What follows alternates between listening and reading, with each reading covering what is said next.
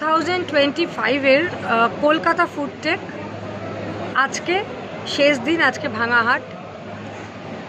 আপনার ছবিগুলো যেগুলো আপনি এক্সিবিট করেছিলেন সবই খোলা হয়ে গেছে, তবু আমি ছবি তুলে রেখেছি।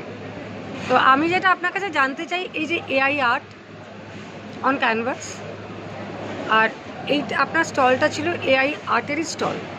তো আপনি এই স্টলটা, আমি আপনার আবিদে আপনার স্টল দেখেছিলাম, সেটা একটু ছোট স্টল হয়েছিল এবং আপনি খুব তাড়াহুড়ো করেছিলেন, এটা তো আপনি জানতেন আগে থেকে হবে। তো এই দুটোর মধ্যে ওই মেলাটা আর এই মেলাটা, এখানে আপনি সারা কীরকম পেলেন? এআই আর্ট নিয়ে লোকে কি বললো আপনাকে, বা কতটা উৎসাহ দেখালো? এখানে অনেকেই তো অ্যাকচুয়ালি খাদ্য ব্যবসায়ী, সুতরাং তাদেরকে যেটা বলার ছিল যে রেস্টুরেন্ট কাফে খুললে এআই আর্ট দিলে, সাজালে একটা বিশেষত নবপ্রজন্মর কাছে একটা চট করে গ্রহণযোগ্য হবে। বিষয়টা অনেকেই বুঝেছেন, অনেকে এটা প্রথমবার দেখে একটু বুঝতে চাইছেন, অনেকে তো আর্টটা ধরে ক্যানভাস কিনে এটা পরখ করছে। কিন্তু আইডিয়াটা ভালো, অনেকেই বলছেন, বহু মানুষ কন্ট্যাক্ট নিয়ে গেছেন এবং অনেকেই বলছেন আমার প্রজেক্টটা যখন শুরু হবে তখন আমি আপনার সঙ্গে যোগাযোগ করবো, যখন রেস্টুরেন্টটা তৈরি হয়ে আসবে। সুতরাং সাড়া খুব ভালো পড়েছে। তবে নিঃসন্দেহে অ্যাবিডসের যেটা হয় সেটা আরও অনেক সিরিয়াস খোঁজখবর এবং ট্রানজ্যাকশন হয়েছে। কারণ ওটা আর্ট, ওখানেও আর্টের মানে ওখানেও তো ইন্টেরিয়ার এক্সটেরিয়ারের ব্যাপার, ওখানে আপনার এনকোয়ারিটা আরও অনেক বেশি হবে। ওখানে এনকোয়ারিটা অনেক বেটার, অনেক বেটার। খারাপ হয়েছে এটা বলা যাবে। তো এবার আপনি আমাকে বলুন, এই যে এআই আর্টটা, এটা আপনার এই যে ক্যানভাসে যে এটা পেন্টিং, এইটাই অনেকে জিজ্ঞেস করছে পেন্টিং না প্রিন্টিং। Single print original. আচ্ছা, সিঙ্গেল প্রিন্ট অরিজিনাল। এগুলোর আপনার মোটামুটি প্রাইস শুরু কত থেকে? এটা অনেক কয়েকটা ফ্যাক্টরের মধ্যে এর জন্য ডিপেন্ড করে, কিন্তু আমাদের এখানে যে ডিসপ্লেগুলো আছে সেটা 5,000 রুপিস থেকে আরম্ভ করে 20,000 rupees maximum, depending on the picture. আমার তো মনে হয় বেশ রিজনেবল।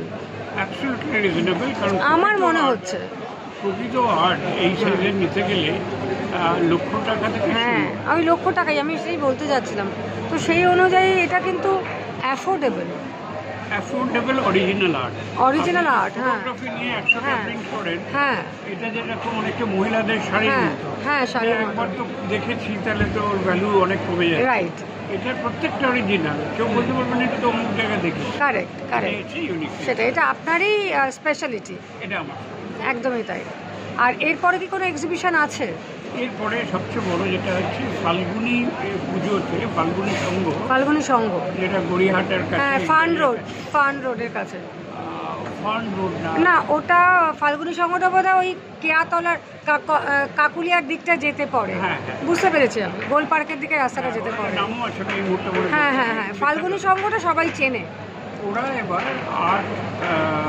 আর্ট মিউজিয়ামের থিম করছে। আচ্ছা, ঢোকার জায়গাটা দুর্গাপুজোর জন্য, এবং সেখানে আমার প্রায় 55টি আর্ট ডিসপ্লে থাকে। অনেকগুলো, কিন্তু কিছু সমস্যা আছে, আমি খুব চিন্তায় আছি।